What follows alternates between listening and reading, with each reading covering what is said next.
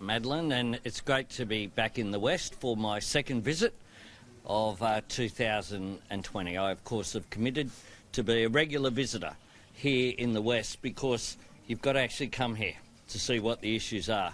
And we see in practical terms what the issues are right here. I was shown around by young Talia and Nicole and by Simone here at the Hillman Cricket Club. They have 3 girls and women's teams, but they've got to walk through past the urinal in order to use the bathroom and facilities themselves. They can't possibly use the showers because they're open to all. And the facilities here are crowded and frankly just not acceptable in terms of encouraging young girls and women to be able to participate in sport. It's not fair. There was a program announced in the budget of $150 million for women's and girls' change rooms. That was the basis upon the announcement by the Sports Minister, Bridget McKenzie. But what we've found is that of that $150 million, $120 million of it went into swimming pools in marginal seats. Didn't go anywhere near women's change rooms and what the funding was announced for in the budget. These weren't election commitments. This was in the budget and then the funding allocated by the government without a tender process, without guidelines, without applications being called for. And what that meant is that local community-based organisations, clubs like Hillman, survive because of literally hundreds of hours of volunteers' time. Mums and dads, people who mightn't have any relative playing at all, contributing to their local community. And that's the tragedy of the sports rorts saga. Sports rorts has seen the Prime Minister in it up to his neck. And in the evidence from the Auditor General before the Senate committee just this week, we heard that there were dozens of emails between the Prime Minister's office and Bridget McKenzie's office, basically giving, if you get an email from the PMO through to a minister, that amounts to an instruction. So you had Sports Australia, an independent body set up to allocate and rank projects, and you had that being discarded. You also have had this absurd position of the Prime Minister, who on no less than 16 occasions said that all the grants were eligible. Truth is, 43% of them weren't. And that evidence has been given very clearly before the committee.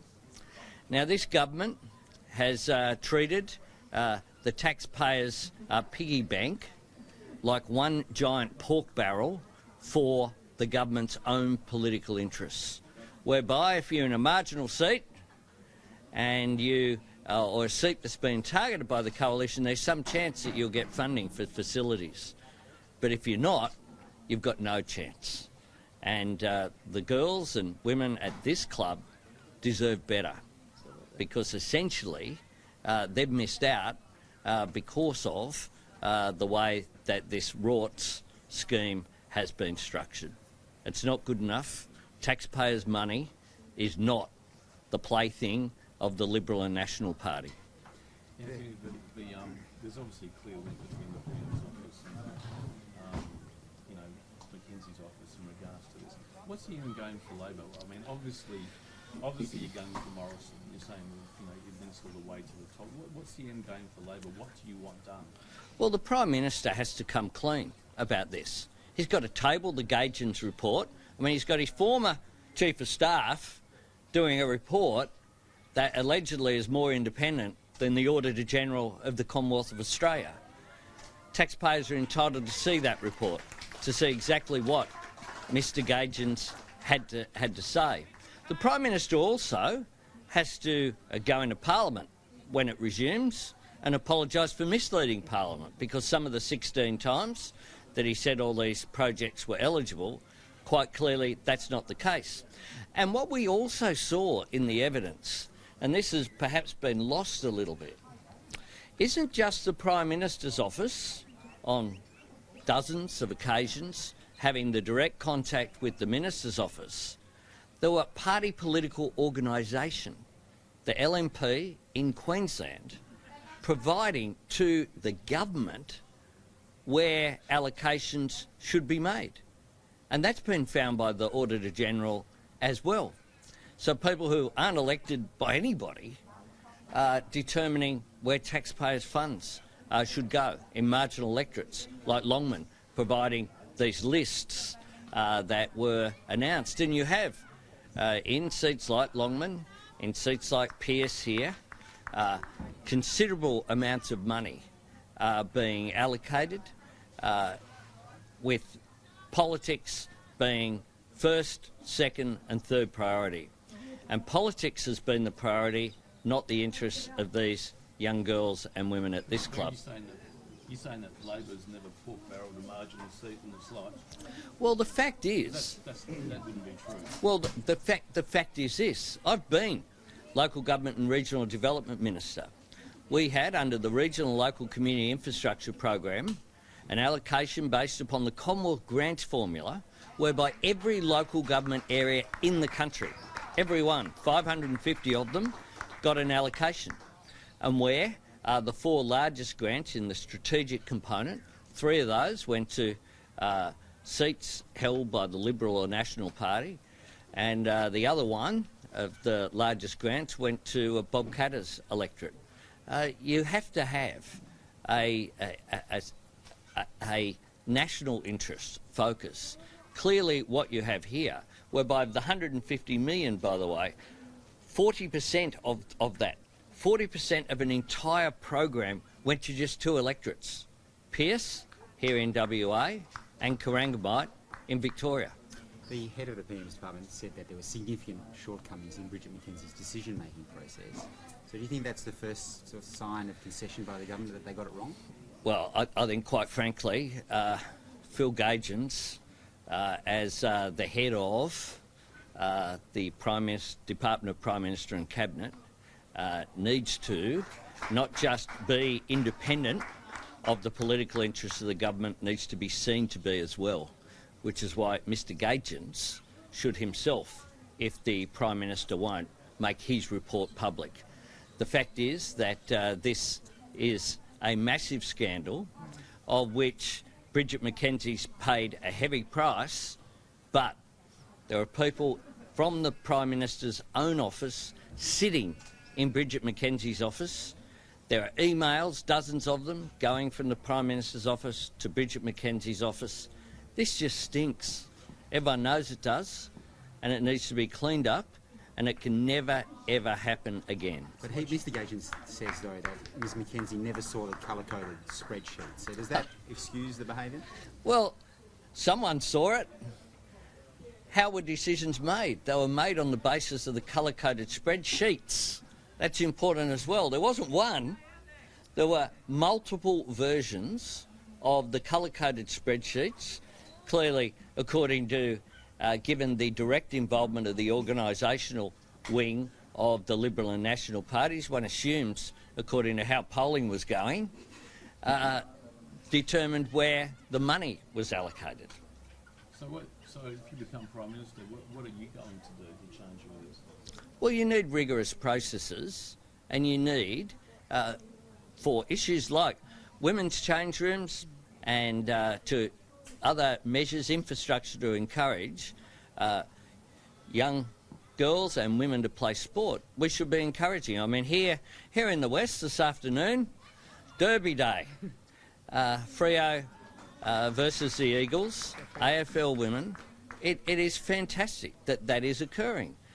We have some amazing role models for young women to look up to. People like Elise Perry is an incredible role model, a representative of Australia both in soccer as well as cricket, an articulate young woman who is a great ambassador for sport in this country. And it's a good thing.